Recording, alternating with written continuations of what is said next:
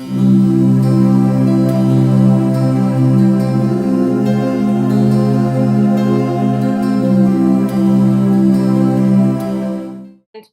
think in this session, I want us to stay with Ada and finish with her, because Ada doesn't believe in Zaman's work.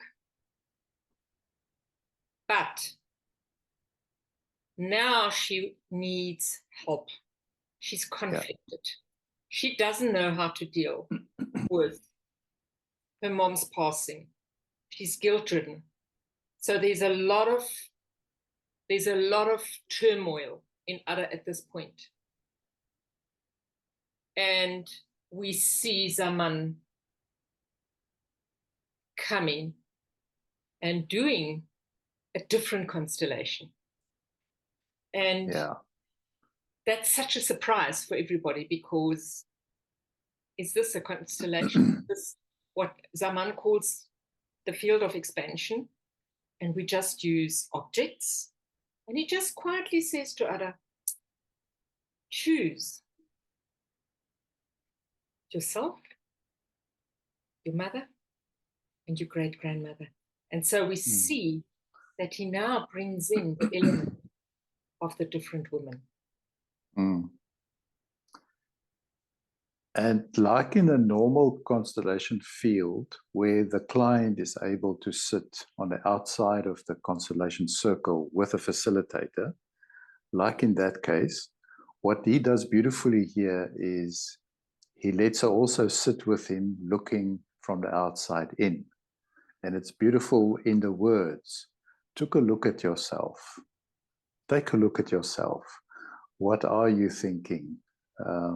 What are you feeling? Taking them from the brain to the heart, and then pick a stone for your mother. So it's beautiful how he processes that right there on the table with the stones.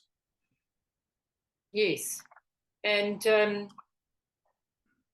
so he does this mini constellation with her, and he sees that she can't move. So again, it comes back to Ada is stuck. But he doesn't use that stuckness in relationship to the woman. He uses the stuckness in, you have something that is unfinished business that has nothing to do with your mother or your grandmother in this sense. It goes somewhere else. But what I loved about this constellation is it was not, she wanted healing for her mother, because those other constellations have always been healing, healing, healing. And this one is not going the same route. This one is making peace within herself, to be able to allow the passing of her mother. And then we see the picture of the grandmother and the mother and that love relationship, how important that is. So in our last hours, when we depart the world, we come in the world through our mother, but we also want to depart the world with our mother. And I found that so special. Absolutely. And as you say that, the scenes of my own mother's departure, when I was with her at the last moments, that comes back very strongly. That's very touchy, and it's so true. It makes life so much more meaningful if you can stand by when the parents or the grandparents make an exit. Yes, but it gives Ada the peace that she needs. She understands.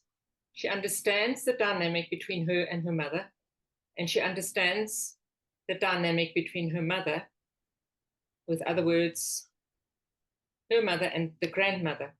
And so And she's open to that. She now is in agreement that her mother is going to go and be with the grandmother. And I found that soul healing, if I want to use a word. You just have to respect when a life comes to an end, even if there is now no longer any time for you and your mother to come to a good place together. And that's the sadness here, is that she did not have the time to make peace with her mother, yet right at the end, she is with her mother in a peaceful way.